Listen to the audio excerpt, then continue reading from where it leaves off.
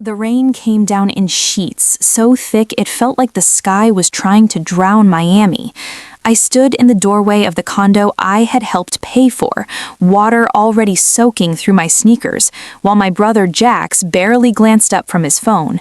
He tossed a crumpled check at my chest like it was yesterday's trash.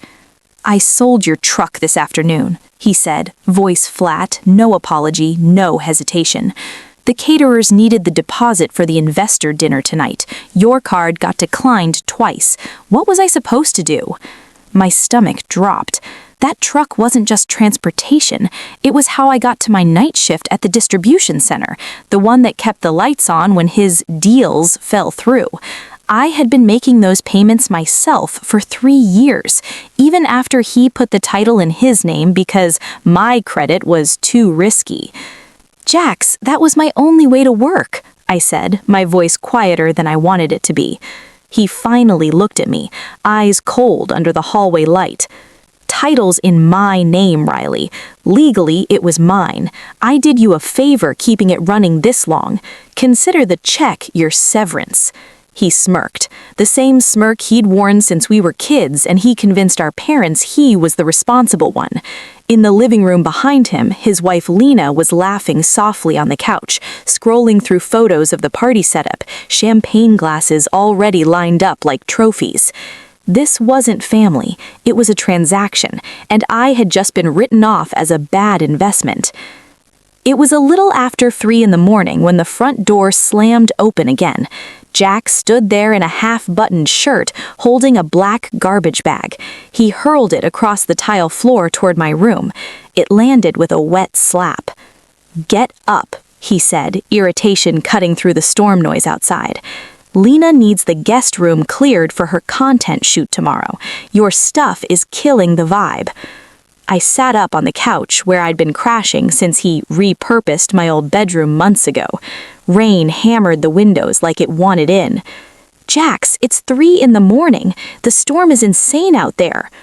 "I don't care what time it is. This is my place. You're cluttering it."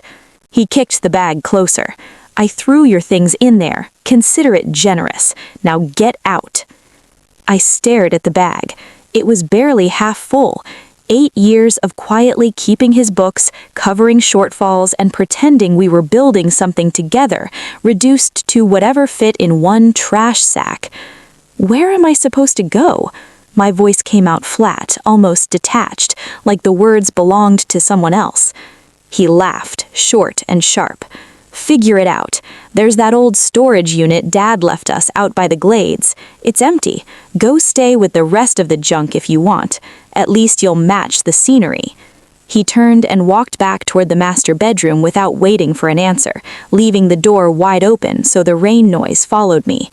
For 10 seconds I sat there, the younger version of me screaming to beg, to apologize, to promise I'd stay quieter, smaller, useful. But that girl had burned away the moment he cashed my truck for party liquor. I stood up, pulled on my jeans and boots, and hoisted the bag over my shoulder. It weighed almost nothing.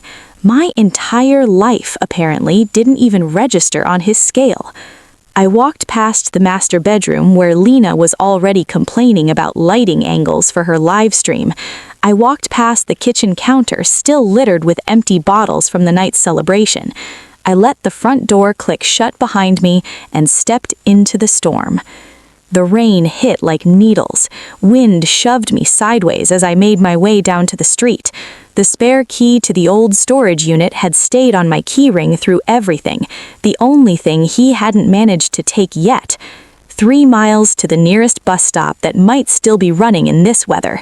Then another long ride out toward the edge of the Everglades, where the old unit sat rotting on land no one wanted anymore. With every step through flooded sidewalks and howling wind, something shifted inside me. I stopped thinking like a sister. I stopped thinking like the girl who fixed everything behind the scenes. I switched into the only mode that had ever protected me: logistics, cold assessment, assets, liabilities, breaches. Jax thought he had thrown me away. He didn't realize he'd just cut the last rope holding me in place. The bus ride out of the city felt endless, the old vehicle groaning against gusts of wind that threatened to push it off the road. Rain lashed the windows so hard I could barely see the passing lights of strip malls, giving way to dark stretches of swamp. By the time I stepped off at the last stop, my clothes were soaked through again, the garbage bag heavy with water now instead of just my few belongings. The storage unit sat at the end of a cracked access road, half hidden by overgrown sawgrass and mangroves that pressed in like they wanted to swallow the place whole. It was just after 4:30 when I finally reached it. The metal roll-up door rattled violently in the wind as I fumbled with the spare key, my fingers numb and slick. The padlock gave way with a grudging click, and I shoved the door upward. It screeched in protest, echoing into the black interior. Inside, the air hung thick and damp, smelling of mildew, old concrete, and something sharper, like diesel that had seeped into the ground years ago. No power, of course. Jax had let the utilities lapse months back, calling it a money pit he was ready to unload. I dragged the bag in and let the door slam down behind me. Water immediately began dripping from the roof in steady streams, pooling on the cracked floor. The storm outside roared louder here, the thin metal walls vibrating with every thunderclap.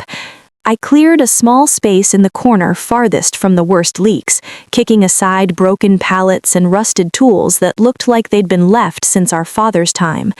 Using the bag as a makeshift seat, I sat down and let the exhaustion settle over me like the humidity. In the darkness, with only the occasional flash of lightning cutting through gaps in the walls, the last 8 years played out in my head like a slow, unrelenting reel.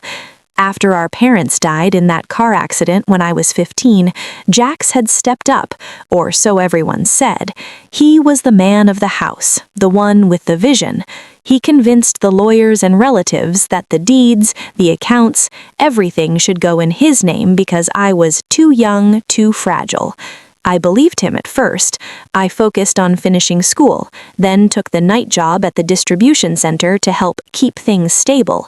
The bills came to me anyway, the late notices, the calls from collectors. Jax was always networking, always chasing the next big real estate flip that never quite closed without my overtime shifts covering the gaps. "We're in this together, Riley," he used to say, clapping me on the shoulder like we were partners. But "we" only applied when there was work or debt. When there was profit or credit, it vanished. He kept my name off everything important, made sure my credit stayed wrecked so I couldn't strike out on my own. He engineered the dependence, smiling all the while. Tonight, selling my truck for champagne and evicting me into a hurricane, that was just the final translation of what "we" had always meant. I shivered in my wet clothes, listening to the water rise slowly across the floor.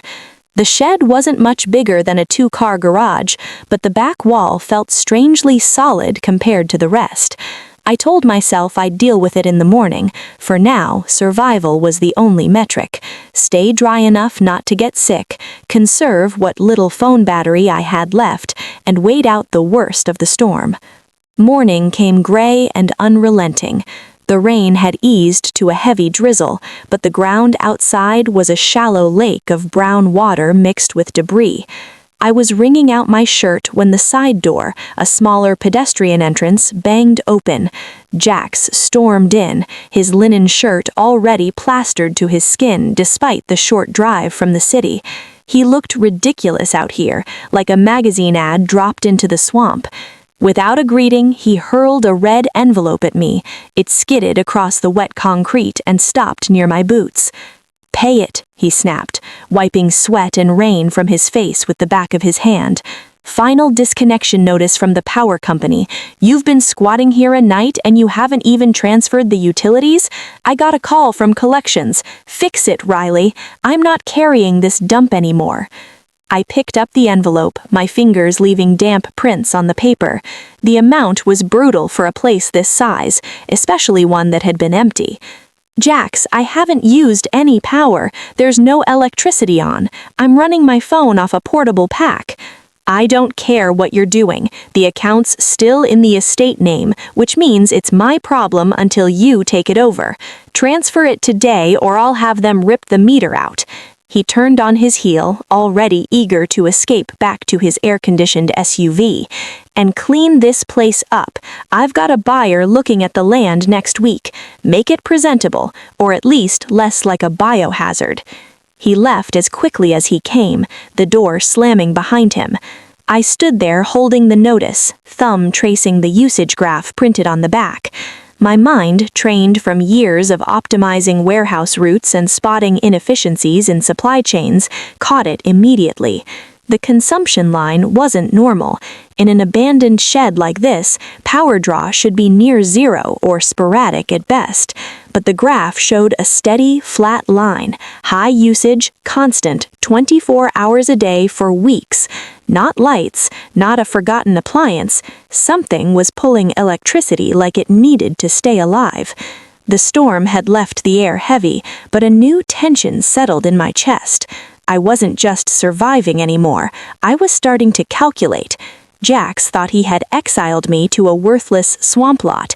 He had no idea what questions this place was about to answer, or what I might find once I started looking behind the obvious decay. The drizzle finally eased by mid-morning, but the air remained thick and wet, clinging to my skin like another soaked layer. I spent the early hours dragging debris out of the deepest puddles, carving out whatever dry ground I could find.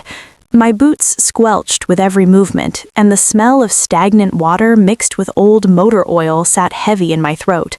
Still, my thoughts kept returning to that usage graph on the disconnection notice, a steady, high draw in a building that had supposedly stood empty for years made no sense. In my line of work, you learn to follow anomalies. They usually lead to the real story. I dug an old toolbox out from under a torn tarp and pulled out a crowbar and a flashlight that still held some charge. The breaker box hung on the far wall, coated in grime. Most switches were taped off or marked as dead, but one breaker, labeled only Zone 4, felt warm under my fingers, even with the main power supposedly cut. I traced the conduit along the ceiling trusses until it vanished behind a stack of plywood sheets leaning against the back wall. Those sheets looked newer than the rest of the decay, placed there with purpose. One by one, I pulled them away. Each fall sent up clouds of dust and mold that burned my lungs. Behind the final sheet was not bare block or brick. It was smooth drywall, newer, carefully finished to blend in. My heartbeat quickened. I wedged the crowbar into the seam and pried. The material cracked and gave, releasing a sudden rush of cool, dry air that carried the low, steady hum of running equipment. I widened the opening and stepped through. The space beyond was dark at first, lit only by the blinking green LEDs of several large industrial dehumidifiers lined along the walls. They were the reason for the constant power draw. The air here was clean and climate-controlled, a sharp contrast to the flooded, sweltering shed on the other side of the wall. This was no ordinary storage room. It was a vault, built and maintained in secret. My flashlight beam swept across the chamber and stopped cold.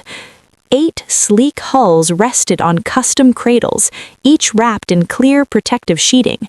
They were classic wooden speedboats and high-performance runabouts from the 1970s, their mahogany gleaming with preserved varnish, chrome hardware still bright. I recognized the lines instantly from the old documentaries my father used to watch with me. These were not ordinary vessels. They belonged to a lost fleet tied to a famous unsolved case, boats rumored to have disappeared during the devastating hurricane of 1978, supposedly lost at sea or destroyed in the storm. Collectors and maritime historians had searched for them for decades. Some stories claimed they were fast smuggling runners. Others said they carried secrets that made them worth far more than their hulls. I moved closer to the nearest one, boots echoing softly on the sealed concrete. Through the transparent covering, I could make out small brass plaques with engraved details, original race numbers, owner markings, even faded registration numbers that matched the old tales. These were not replicas. They were the originals, hidden here for nearly 50 years, perfectly preserved and untouched by time or weather. My hands trembled as the realization settled in. Jax had called this place a worthless burden, a rotting swamp lot he couldn't wait to unload for next to nothing. He had not stepped foot inside these walls in years. He hated dirt, hated anything that reminded him of real work, hated anything that didn't shine for his investors. He treated the entire property like toxic waste on his balance sheet. He had no idea what was hidden behind the false wall he never bothered to check. I was no longer standing in a leaking shed on the edge of the Everglades. I was standing in a time capsule worth millions to the right people, private collectors, maritime museums, even production companies hunting authentic pieces from that era. And right now, I was the only one who knew it existed. For the first time since walking out of the condo into the storm, a quiet, steady calm replaced the knot in my chest. Not celebration yet, just clarity. Jax thought he had banished me to punishment. Instead, he had given me sole access to the one asset he had never truly understood or controlled. The storm outside had passed, but a different kind of pressure was building. I needed to move carefully. I needed to think like the logistics coordinator I was trained to be, secure the inventory, control the information, and prepare the transfer without alerting him. I stepped back through the opening, carefully repositioned the plywood sheets, and made the wall look untouched again. My mind was already running through scenarios: who to contact, what documents would be needed, how to turn this discovery into freedom before Jax could stake any claim. He had kept me dependent for years. Now the equation was changing, and for the first time, the numbers were falling on my side. The afternoon heat pressed down like a weight, turning the shed into a slow cooker, even with the hidden chamber's cool air leaking faintly through the cracks I had sealed again.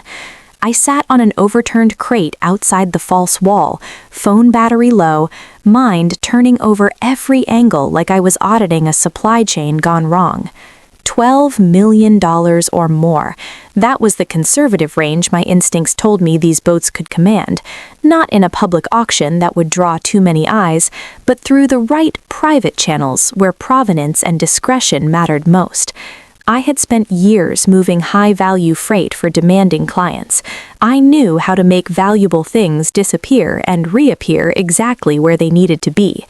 I made one careful call. Graham wasn't his real name in my contacts, but he was the freight specialist I had worked with 2 years earlier on a delicate overseas shipment of vintage precision instruments. He didn't ask unnecessary questions then, and I hoped he wouldn't now. When he answered, I kept my voice even. I have a cargo situation, unusual inventory, needs quiet handling and expert verification. Can you come out to the old family storage unit near the Glades? Today. He arrived just before dusk in an unmarked van, the kind that blended into industrial backroads. The storm had left the access road muddy and pocked with puddles, but he navigated it without complaint. When he stepped inside the shed and saw the general decay, water stains, scattered debris, the faint smell of mildew, he raised an eyebrow. "You said cargo issue, Riley? This looks more like a teardown job." "It's not about the building," I told him, leading him to the back wall. "It's about what's behind it. Zone 4. I pulled the plywood aside just enough for him to slip through the opening I had widened earlier. I followed with the flashlight. The moment his light hit the first hull, his breathing changed. He moved slowly down the line of 8 boats, gloved hands hovering just above the clear sheeting, checking VIN-equivalent hull numbers, inspecting varnish condition, noting small original markings that matched historical records he seemed to know by heart. He didn't speak for a long time. When he finally turned to me, his face was pale with something close to reverence mixed with disbelief. "These are the Ghost Fleet runners, the ones that vanished in '78. Everyone assumed they were smashed to pieces in the hurricane or sunk with their cargo. Museums have been hunting provenance on these for decades. Private collectors, they would kill for authenticated pieces like this." He paused, wiping sweat from his forehead despite the cool air. Conservative private sale, properly documented, 8 to 12 million. If we frame the rediscovery story right for the right buyers, 15, maybe more. $15 million. The number landed like a quiet explosion in my chest. Jax was planning to sell this entire lot for less than $500,000 to clear a short-term debt and move on with his life. He had mocked me for hauling junk, while the real treasure sat untouched behind drywall he never bothered to inspect. His arrogance had kept him blind. Graham helped me photograph everything discreetly, documenting chain of custody without triggering any alerts. We discussed logistics, specialized transport cradles, climate-controlled trucking, secure storage until buyers were lined up. He left at midnight with a promise to line up 2 serious private collectors who valued discretion above all else. No public records, no auctions that would invite questions. The next morning, Jax showed up again, this time with papers in hand and visible impatience.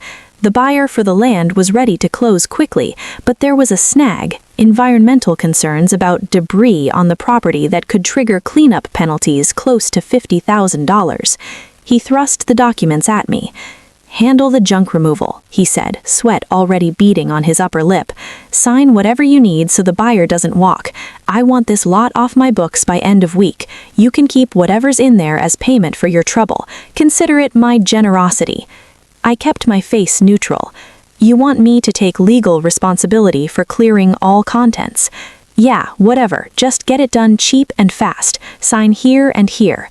He barely glanced at the clauses I had quietly added the night before with Graham's guidance. Full transfer of all contents, debris, and miscellaneous materials currently on the property to me, in exchange for handling removal and avoiding penalties.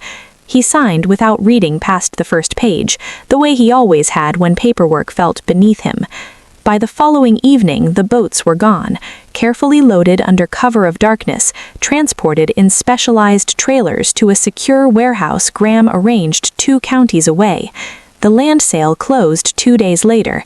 Jax stood at the closing table grinning, pocketing his $500,000 and already talking about the next big flip he would fund with it. He clapped me on the shoulder once, the same false camaraderie he had used for years. "Good work hauling that trash out, little sis. Maybe now you can get your life together." I said nothing. I simply forwarded him the confirmation email from the marine appraisal firm once the transfer was fully executed and insured. The Ghost Fleet boats had been authenticated. Their insured value sat at just over $15 million, and because he had legally defined the entire contents as junk he wanted removed, the contract was ironclad. His own signature had handed them to me. The realization hit him slowly at first, then all at once. His face went pale, then flushed with rage, but it was already too late. The assets were secure. The money was moving into accounts he had no access to. His investors, sensing the coming collapse, began pulling back. Lena started asking questions about liquidity. Lawsuits from the buyer over undisclosed environmental issues he tried to rush through were already forming on the horizon. Jax had spent years building his empire on my quiet labor and his own unchecked control. In the end, his laziness and arrogance undid it all. I watched it begin to crumble from a distance, no longer invisible, no longer dependent. The quiet takeover was complete. The closing papers were still warm in my hands when the shift began in earnest. I stood outside the title office in the humid afternoon light, watching Jax shake hands with the buyer like he had just closed the deal of the decade. He was already talking loudly about the capital he would free up, the next property he had his eye on, the lifestyle upgrades coming his way. Lena stood beside him in heels that sank slightly into the soft ground, smiling for the photos she was already framing in her mind for her next post. Neither of them looked at me for more than a passing glance. I had become background again, the sister who handled the dirty work so they didn't have to. I didn't correct them. Not yet. 3 weeks later, the first cracks appeared. The marine appraisal firm sent the formal authentication report to the address Jax still controlled. When he opened the email, the numbers hit him like a physical blow. $15 million in insured value for the Ghost Fleet boats he had legally signed over as junk and debris to avoid a $50,000 cleanup penalty. His lawyer confirmed what I already knew. The contract was airtight. He had defined the contents himself. He had transferred ownership without reading the clauses. There was no clawing it back. I watched the fallout from the small efficiency apartment I had rented 2 counties away with the first discreet wire from Graham's network. Jax's investors started calling, then they stopped returning his calls. Word traveled fast in the tight circles where reputation mattered more than flash. The man who positioned himself as the visionary steward of the family legacy had just given away millions because he couldn't be bothered to walk 20 feet into his own property or read what he signed. Lena lasted another 10 days before the arguments turned public, and she moved out, citing financial instability and taking half the remaining liquid assets with her in the prenup she had wisely insisted on. Jax tried to fight at first. He showed up at my new place once, eyes wild, demanding I fix this and transfer everything back. He stood in the doorway yelling about family loyalty, about how I owed him for the years he carried us after our parents died. I let him talk until his voice cracked. Then I reminded him, quietly, that the only thing I had ever owed was the labor he had taken for granted. The dependency he engineered to keep me small had finally broken. I closed the door without raising my voice. He didn't come back. With the proceeds from the first 2 private sales handled cleanly through Graham's network, I did what I had quietly planned in the long nights inside that flooded shed. I bought a small but efficient logistics firm that specialized in high-value, sensitive freight. Nothing flashy, just reliable contracts, steady margins, and a team that respected the work instead of the show. I paid off the debts that had followed me like shadows. I restored the modest family home our parents had actually left in a separate trust, the one Jax had tried to bury under his own name years ago. The house still carried the faint scent of my mother's gardenia candles and my father's workshop oil. For the first time in 8 years, it felt like mine again. I bought a truck, not the biggest or the newest, but one with a clean title in my name only. No one could sell it for champagne or investor parties. I paid cash, signed the papers myself, and drove it out of the lot with the windows down, the warm Miami air rushing in. The engine hummed steady and sure beneath me, nothing like the old one I had lost, but carrying the same quiet promise. This time, I was moving forward on my own terms.